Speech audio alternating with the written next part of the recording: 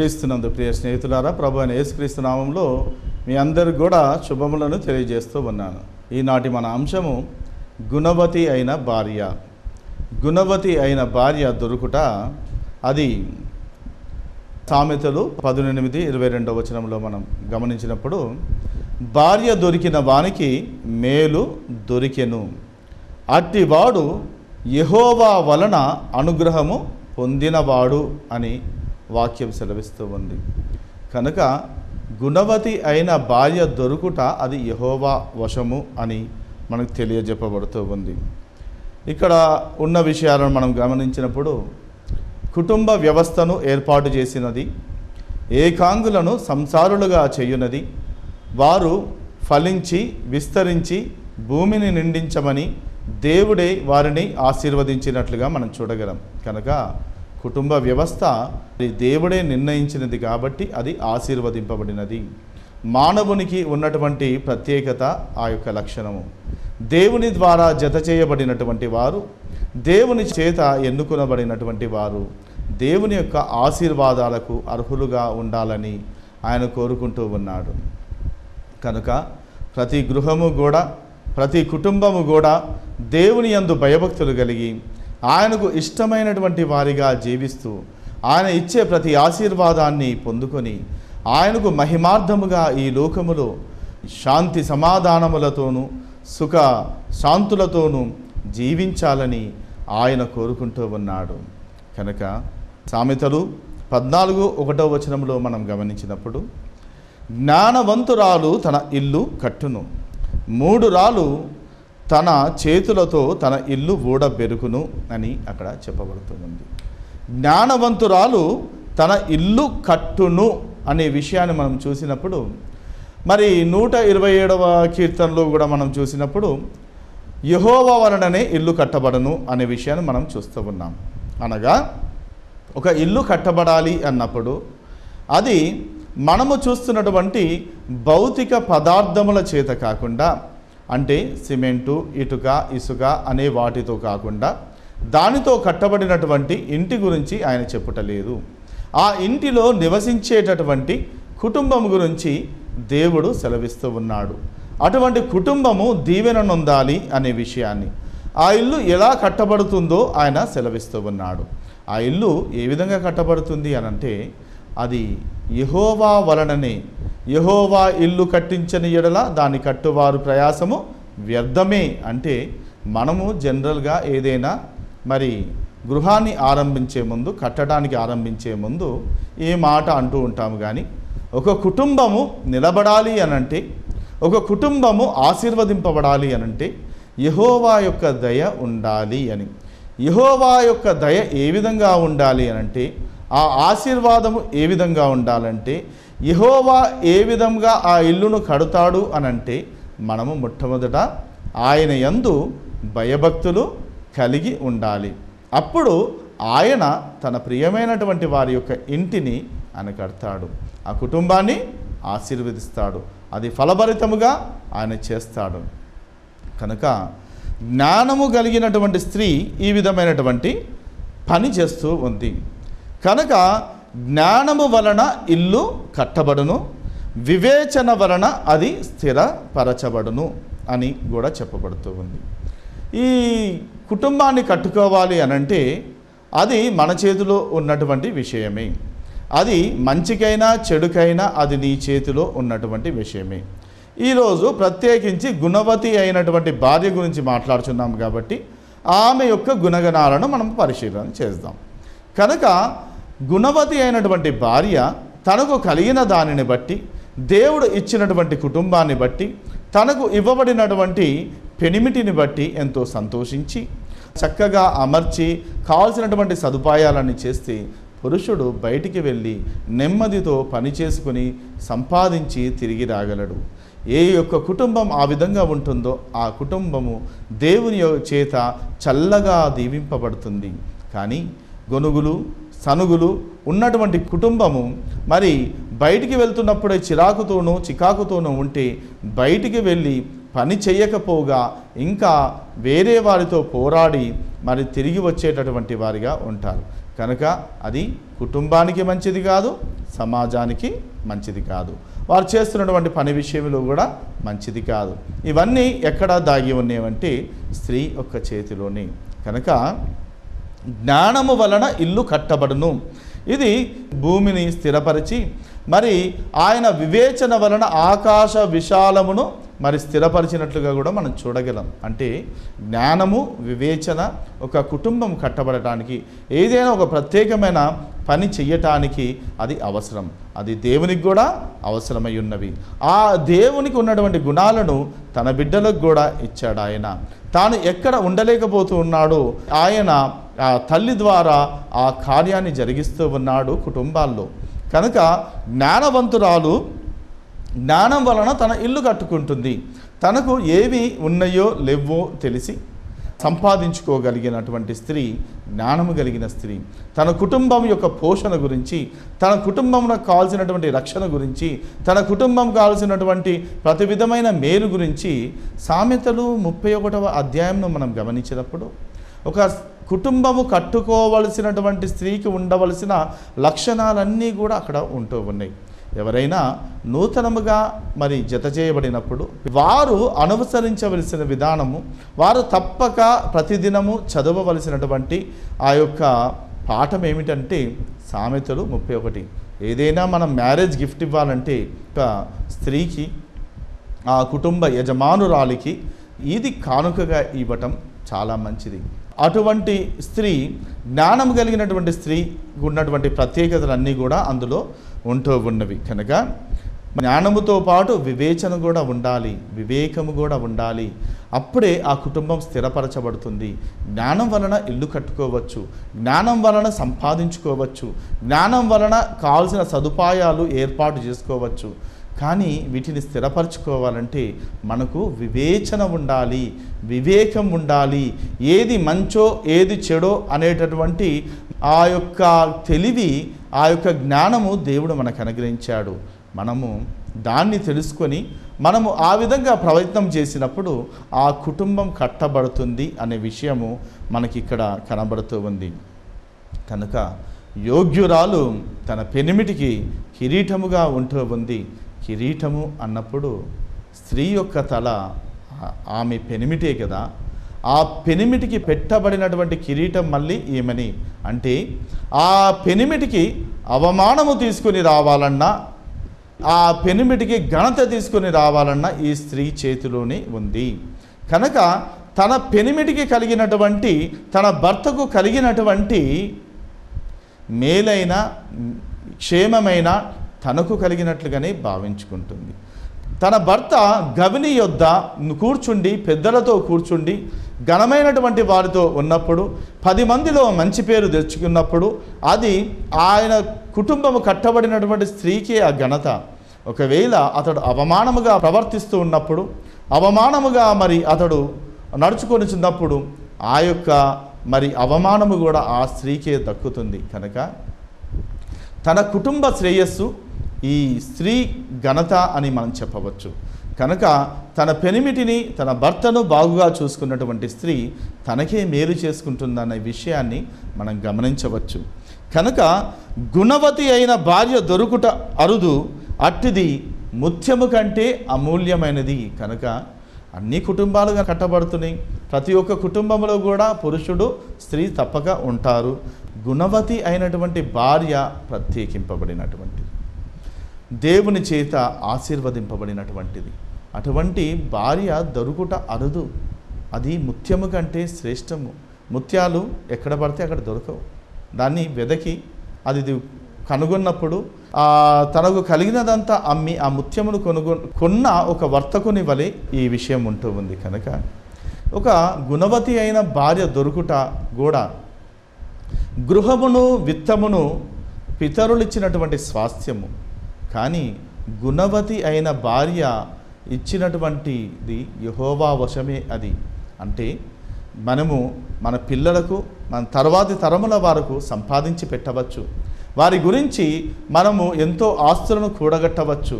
మరి ఆ యొక్క గృహమును విత్తమును కూడా ఇవ్వచ్చు. అంటే వారికి కావాల్సినటువంటి స్థిరాస్తి, చరాస్తి మనం ఏర్పాటు చేయవచ్చేమో కానీ వారికి కావాల్సినటువంటి పనిని కూడా కల్పించవచ్చు. కానీ మరి విత్తము అన్నప్పుడు అది పనిని సూచిస్తూ ఉంది, గృహము అన్నప్పుడు వారికి ఆస్తి అన్నట్టు మనం చూడవచ్చు.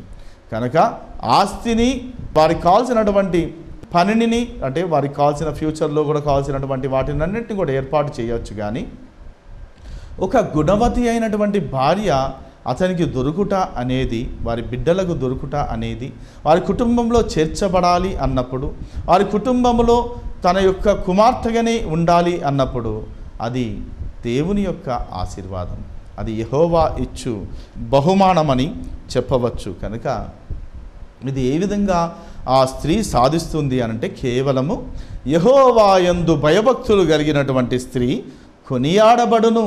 మొట్టమొదట ఏ విధంగా ఆమెలో ఉన్నటువంటి మొదటి గుణాన్ని చూడాలంటే, ఆమెకు ఆ ఇంటి యజమానురాలికి ఉండాల్సిన అర్హత ఏంటి అనంటే, ఆమెకు దేవుని యందు భయభక్తులు ఉన్నవా లేవా అని మొదట పరీక్షించి చూసుకోవాలి. అంటే భయము అనేది కేవలము బయటికి నటనగా ఉండకుండా అది భక్తి కూడా ఉండాలి. నిజముగా దేవుని ఎడల భక్తి ఉన్నప్పుడు ఆ భయం ఉండటం మంచిది.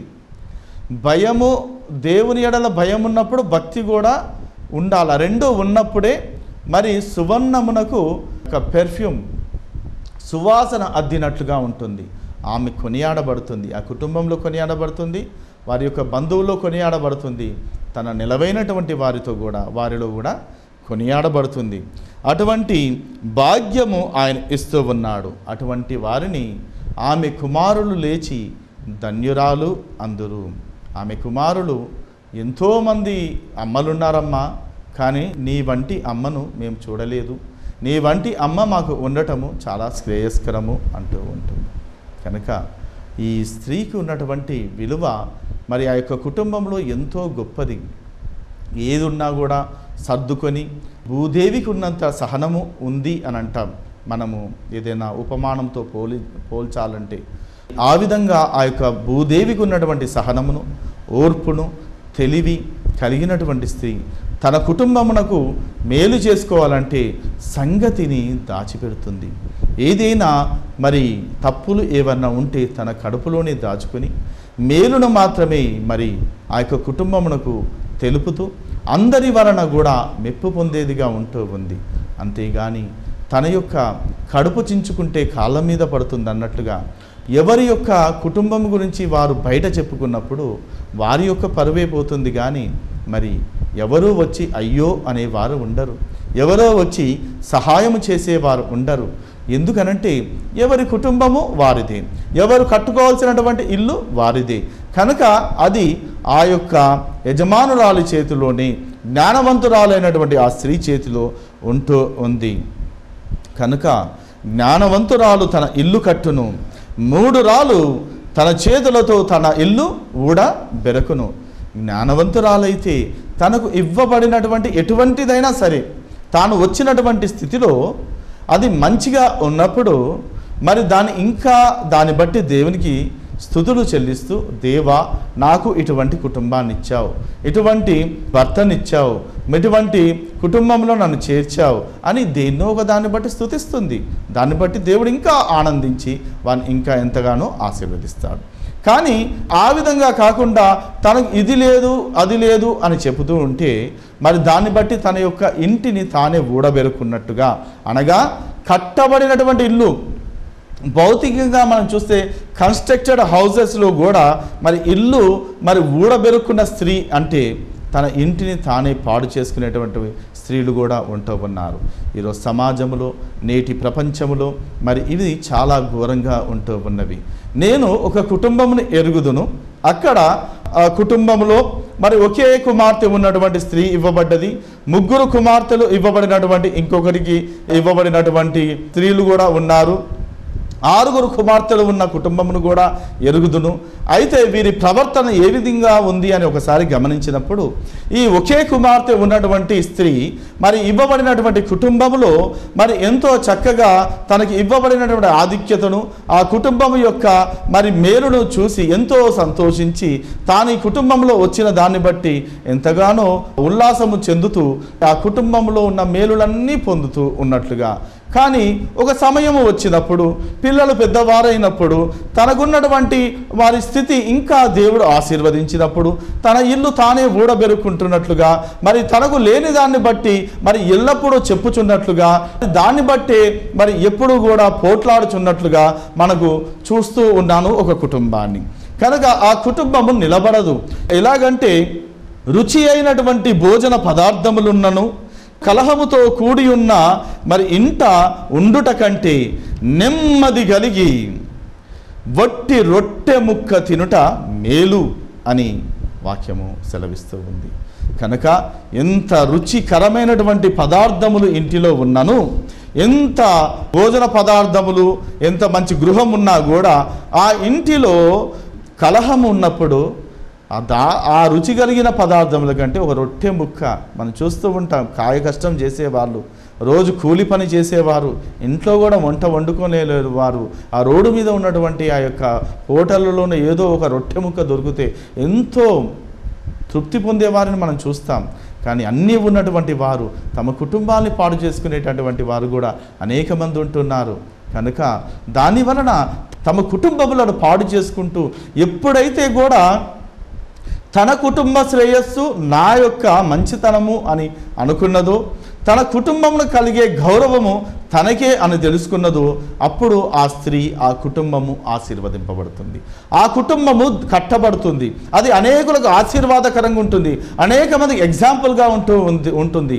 కానీ తన కుటుంబంలో ఉన్నటువంటి బలహీనతలను బయటికి చెప్పుకున్నప్పుడు మరి వారికి తనకు కుటుంబము, తన భర్తకు రావలసినటువంటి మర్యాదలు, తనకు కావాల్సినటువంటి మరి ప్రతి విధమైన గౌరవము తనకే కలగాలని ప్రయత్నము చేసినప్పుడు, తన గురించి తాను ఆలోచించుకుంటూ లేని దాన్ని ఉన్నట్టుగా ఊహించుకుంటూ ఒకప్పుడు నేను ఈ విధంగానే ఉన్నాను అనుకుంటూ మరి ప్రవర్తిస్తూ ఉన్నప్పుడు కలుగుతుంది అసలైనటువంటి మరి శ్రమ.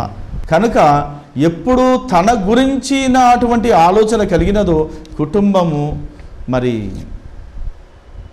నామరూపాలు లేకుండా పోయే విధంగా అందరూ చూసి ముక్కున వేలేసుకునేటటువంటి, ఎందుకు దేవుని యందు ఒకప్పుడు ఎంతో భయభక్తులు కలిగినటువంటి వారు, దేవుని యందు ఎంతో ఆశీర్వదింపబడినటువంటి వారు ఇప్పుడు అన్నీ సమకూర్చినాక ఈ విధంగా ఎందుకు ప్రవర్తిస్తున్నారు అని చెప్పుకునేటటువంటి అవకాశం మనమే ఇవ్వటం.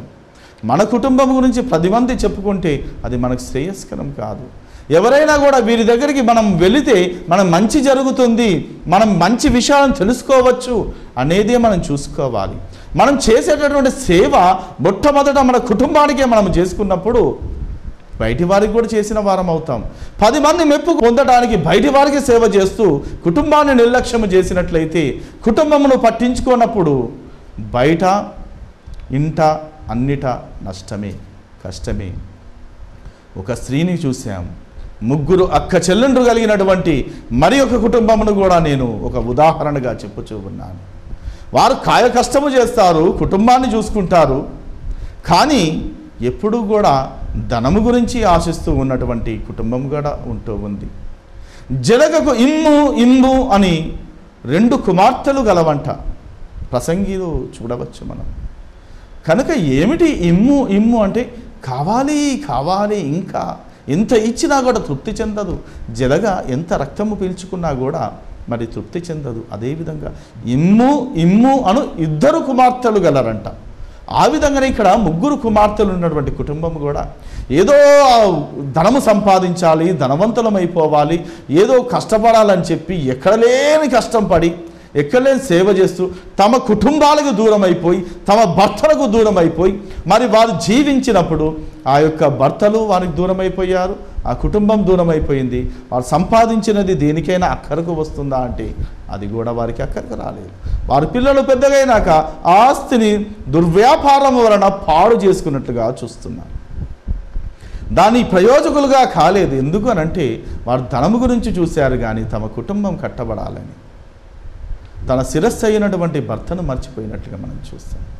దేవుడు ఇచ్చి తీసివేసుకునే దేవుడు కాదు, ఆయనకి ఇవ్వటమే తెలుసు. ఇచ్చిన వాడు దాన్ని అనుభవించడం కూడా నేర్పిస్తాడు. మరి ఒక కుటుంబము తెలుసు, 6 అక్కా చెల్లెండ్రు కలిగినటువంటి కుటుంబం కూడా. 6 కూడా పెద్దదానిని బట్టి వారి చక్కగా తన యొక్క కుటుంబాన్ని బాగుగా ఏలుటను బట్టి వారికి కావాల్సిన మర్యాదను చూసినప్పుడు ప్రతి ఒక్కరు కూడా, ప్రతి కుటుంబం కూడా నిలబడినట్లుగా కూడా నేను చూడగలిగాను. కనుక ఈ విధమైనటువంటి చూస్తూ ఉంటే మొదటి వారు చేసినటువంటి దాన్ని చూసి రెండవ వారిని చూసి మూడవ వారు, అది బాగైనా సరే చెడుదైనా సరే దాన్ని అనుసరిస్తున్నటువంటి వారిగా మనం అనేక కుటుంబాన్ని చూస్తూ ఉన్నాం. కనుక జ్ఞానవంతురాలు తన ఇల్లు కట్టును, వివేచన వలన అది స్థిరపరచబడును. అంతేగాని 3 రాళ్ళు తన చేతులతో తన ఇల్లును ఊడబెరుక్కున్నట్టుగా మనం ఉండకూడదు.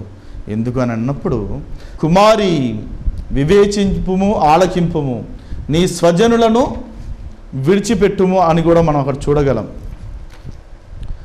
కుమారి ఆలకించుము, ఆలోచించి చెవియొగ్గుము, నీ స్వజనమును నీ తండ్రి ఇంటిని మరువుము. కనుక స్త్రీలు చేసేటటువంటి త్యాగము గొప్పదే, కాదనం. ఎందుకనంటే వారు పెండ్లైన తర్వాత స్త్రీని ఏమంటారు అనంటే ఆడపిల్ల, అక్కడ పిల్ల అని అర్థం. ఈ ఇంటి ఆమె కాదు, ఎప్పుడైనా కూడా వేరే ఇంటికి ఇవ్వబడే స్త్రీ అని. కనుక ఎప్పుడైతే కూడా మరి వివాహమైన తర్వాత తన స్వజనులందరినీ, తన కుటుంబమును కూడా, తన తల్లిదండ్రులను, తన తోబుట్టులను విడిచి వేరొక గృహానికి వెళ్ళి అక్కడ నివాసం ఏర్పాటు చేసుకొని ఆ ఇంటికి తలమానికముగా ముత్యముగా ఉండేటటువంటి స్త్రీగా ఉండటానికి వెళ్తూ ఉంది. కాబట్టి అక్కడికి వెళ్ళి అక్కడ లేని దాన్ని బట్టి తన ఇంటిలో, తన తండ్రి ఇంటిలో ఉన్న దాన్ని బట్టి అతిశయిస్తూ ఉంటే ఆ ఇల్లు కట్టబడదు. కానీ తన యొక్క కుటుంబంలో ఇప్పుడు ఎక్కడైతే ఇవ్వబడ్డదో దాన్ని బట్టి ఆలోచించినప్పుడు, అందుకే ఈ వచనం చాలా క్లియర్గా చెప్తూ ఉన్నాడు భక్తుడు. కనుక నీ స్వజనమును నీ తండ్రి ఇంటిని కూడా మరువుము అని. కనుక ఇస్సాకుకు రిబ్కా ఇవ్వబడ్డాక ఒకసారి ఈ యొక్క అత్తమామల ఇంటికి వచ్చినాక తల్లిదండ్రుల ఇంటికి వెళ్ళినట్టుగా మనం చూడము. అదేవిధంగా సారా కూడా మరి అబ్రహాముతో పాటు ఆయన ఎక్కడికి వెళ్తే అక్కడికి ఎందుకయ్యా ఈ శ్రమ అని అడగకుండా, మారు మాటలాడకుండా అనుసరించినట్లుగా కూడా మనం చూస్తూ ఉన్నాం. రూతు కూడా తన అత్తను విడవక ఆమెను హత్తుకున్నట్లుగా మనం చూస్తాం. మరణము తప్ప నిన్ను నన్ను ఏది విడవకూడదు అని నిర్ణయం తీసుకున్నది. కాబట్టి రూతు ఆ యొక్క యేసుక్రీస్తు ప్రభువారి యొక్క జనన వంశావళిలో ఆమె పేరు కూడా ఉంటూ ఉంది. కనుక ఇటువంటి ఆదర్శవంతమైనటువంటి జీవితాలు, కుటుంబాలు కట్టుకున్నటువంటి వారిని దేవుడు ఎంతో ఆశీర్వదిస్తాడు. అటువంటి కుటుంబాలను కట్టుకోవాలనంటే ఈ విధంగా ఉండకుండా తన ఇంటిలోనే గయ్యాలితో పెద్ద ఇంట ఉండుట కంటే మిద్ద మీద ఒక మూలన నివసించుట మేలు. ఆ ఇంట్లో తానును తన కుటుంబమును తన పిల్లలను ఉండకుండా వేరొకరు నివసించడం అంటే అది ఎంత దౌర్భాగ్యమో ఆలోచించు. ఎందుకు అనంటే మరి గయ్యాలితో పెద్ద ఇంట ఉండుట కంటే ఆ భర్త వచ్చినప్పుడు ఇంట్లో ఉండే కన్నా అందరికీ దాక్కుని ఆ మిద్ద మీద ఒక మూలను ఉంటానని చెప్పుకోవటము ఏమాత్రము శ్రేయస్కరం కాదు. ఇంటికి వస్తే సంతోషంతో రావాలి. బయట పోగొట్టుకున్నవన్నీ కూడా ఇంట్లో నేను పొందుకున్నాను, సమస్తమును మర్చిపోగలను అని, ఆ పరలోకము నా యొక్క నివాసము, నా ఇల్లు అని తెలుసుకునే విధముగా ఉండాలి. కనుక ప్రాణము విసిగించు జగడగొండి దానితో కాపురము చేయుట కంటే అరణ్య భూమిలో నివసించుట మేలు అని ఈ యొక్క సామెతలలో కూడా మనం చూస్తూ ఉన్నాం. కనుక ఎటువంటి వారు నీ దేవుడు ఆశీర్వదిస్తాడో మనం చూస్తే, ముసురు దినమున ఎడతెగక కారు నీళ్లును గయ్యాలి అయిన భార్యయు సమానము. కనుక దీని వలన చివరిగా ఏమి నీవు పొందుకుంటున్నావు, ఏమి నీవు తెలుసుకుంటున్నావు. చూస్తూ చూస్తూ వయసు ఉడిగిపోతూ ఉంది, మరి శరీరము నీరసించిపోతూ ఉంది. తర్వాత ఎంత నీవు సంపాదించినా, ఎంత ఆస్తి ఉన్నా కూడా దానివల్ల ప్రయోజనం ఏంటి? ఉన్నటువంటి కుటుంబమును నీవు ఆ సమయమునకు సరిగా చూసుకోకపోతే, మరి 10 మందిలో కూడా నీకు గౌరవము లేకపోతే, దానివలన నీ యొక్క బిడ్డలు యొక్క ప్రవర్తనను బట్టి ఆ ప్రభావము నీ యొక్క బిడ్డల యొక్క జీవితంలో, ఆ కుటుంబంలో కూడా పడితే దానికి సమాధానం ఏమిటి? కనుక నీవు తగ్గించుకునే మనస్సు రేపు నీ కుటుంబాన్ని, నీ బిడ్డల జీవితాన్ని బాగుపరుస్తుంది అనేటటువంటి ఉద్దేశము మనకు తెలుస్తుందా? ఆమె పెనిమిటి ఆమె యందు నమ్మిక ఉంచును, అతని లాభప్రాప్తికి వెలితి కలుగదు అనే విషయాన్ని కూడా మనం చూస్తూ ఉన్నాం. కనుక ఆమె తాను బ్రతుకు దినములన్నీ అతనికి మేలు చేయును గాని కీడేమియో చేయదు అనే విషయం కూడా ఇక్కడ చెప్పబడుతూ ఉంది. ఇటువంటి స్త్రీలు తమ యొక్క కుటుంబమును బాగు చేసుకోవటమే కాదు, ఆ కుటుంబము 10 మందిలో, సమాజంలో పెద్దవారితో, నాయకులతో, అధికారులతో కూర్చుండేటటువంటి పరిస్థితిని కలిగించుకోగలరు. ఆమె పెనిమిటి దేశపు పెద్దలతో కూడా కూర్చుండును అని. కనుక అటువంటి స్త్రీలు, ఆమె కుమారులు లేచి ఆమెను ధన్యురాలందురు. ఎందుకనంటే చాలామంది కుమార్తెలు పతివ్రతా ధర్మము అనుసరించి ఉన్నారు, కానీ వారందరినీ నీవు మించిన దానవు అని వారు కొనియాడతారు. అంతేగాని బిడ్డలకు లేనిపోనివి చెప్పి మరి వారిని కోపము రేపితే రేపు ఆ ప్రమాదము తమకే కలుగుతుందని, వారి కుటుంబము కూడా నా కుటుంబం కట్టబడలేదే అని వారు ఒంటరి జీవితంలో వారు ఎంతో ప్రయత్నం చేసినప్పటికీ కూడా మరి వారు పోగొట్టుకున్నది తిరిగి రాదు. సమయమును పోనీయవద్దు, సమయం ఉండగానే చక్కదిద్దుకోవాలి తన యొక్క ఇంటిని. కనుక అటువంటి స్త్రీని, అటువంటి కుటుంబాన్ని దేవుడు ఆశీర్వదిస్తాడు. ఆ కుటుంబాలతో ఆయన కూడా మరి నిత్య నివాసంలో మరి ఆయన వారితో ఉంటాడు, ఆయన నిత్య నివాసంలో వారిని చేర్చుకుంటాడు. కనుక అటువంటి కుటుంబాలను దేవుడు కట్టునుగాక. ఈనాడైనా నీవు నిర్ణయం తీసుకుంటే దేవుడు నీ కుటుంబాన్ని కడతాడు. దేవునికి భయపడు, ఇతరులను చూడకు, నీ యొక్క సొంత మరి కీర్తి గురించి ప్రాకులాడకు. దేవుని వైపు చూడు, ఆయన యందు భయభక్తులు కలిగి ఉండు. నీ కుటుంబాన్ని కట్టుకో, నీకు మేలు నీవే చేసుకో. దేవుడు మిమ్మల్ని దీవించునుగాక. ఆమేన్. ప్రభువా పరిశుద్ధుడా, ప్రేమ కలిగిన మా పరలోకపు తండ్రి, మీకే వందనములు, స్తుతులు, స్తోత్రం. రాజా, జ్ఞానవంతురాలు తన ఇల్లు కట్టును అన్నావు. అవును తండ్రి, వీక్షిస్తున్నటువంటి ప్రతి ప్రేక్షకులను ప్రభానైనా వారి కుటుంబాలు కట్టబడలాగున ఈ వాక్యము తండ్రి ప్రభా వారితోనే మాట్లాడుచున్నారని ప్రభా వారు గ్రహించి ప్రభా తమ కుటుంబాలను కట్టుకోవటానికి మీ యందు భయభక్తులు కలిగి జీవించడానికి సహాయం తెచ్చేయండి ప్రభా. అది మాకే మేలు కానీ ప్రభా, మేము మీకేమి ఇవ్వగలం నాయన ప్రభా. మీ యందు ప్రభా మరి దృష్టి ఉంచి మా కుటుంబాలు ప్రభా కట్టబడే విధంగా సహాయంను దయచేయమని, మీ ఆశీర్వాదము ఘనతను అక్కడ ఉంచమని యేసయ్య ఈ యొక్క కార్యక్రమాన్ని స్పాన్సర్ చేసినటువంటి బిఎన్ విజయ్ కుమార్ గారిని ప్రభా ఆశీర్వదించండి ప్రభా. ప్రభా ఆయన రాజకీయాల్లో ఉండగా ప్రభానైనా మరి అతను ఒక గొప్ప మరి నాయకునిగా ప్రభానైనా మరి ప్రభా దీవించండి. ఇటువంటి నాయకుడు మాకు ఉండటం ఎంతో మేలని ప్రభా ప్రజలు తెలుసుకుని ఆనందించుటకు సహాయం దయచేయండి తండ్రి. వారి యొక్క తోబుట్టువులను, వాళ్ళ తల్లిదండ్రులను ఆశీర్వదించండి, మంచి భవిష్యత్తును అనుగ్రహించండి. ఆ బిడ్డ కుటుంబాన్ని కట్టుము తండ్రి ప్రభా. ప్రతి విషయంలో మీరే మాకు తోడే నడిపించమని యేసే ఉన్నతమైన నామం ప్రార్థన చేయుచున్నాం పరమ తండ్రి. ఆమేన్, ఆమేన్. దేవుడు మిమ్మల్ని దీవించును గాక. ఆమేన్.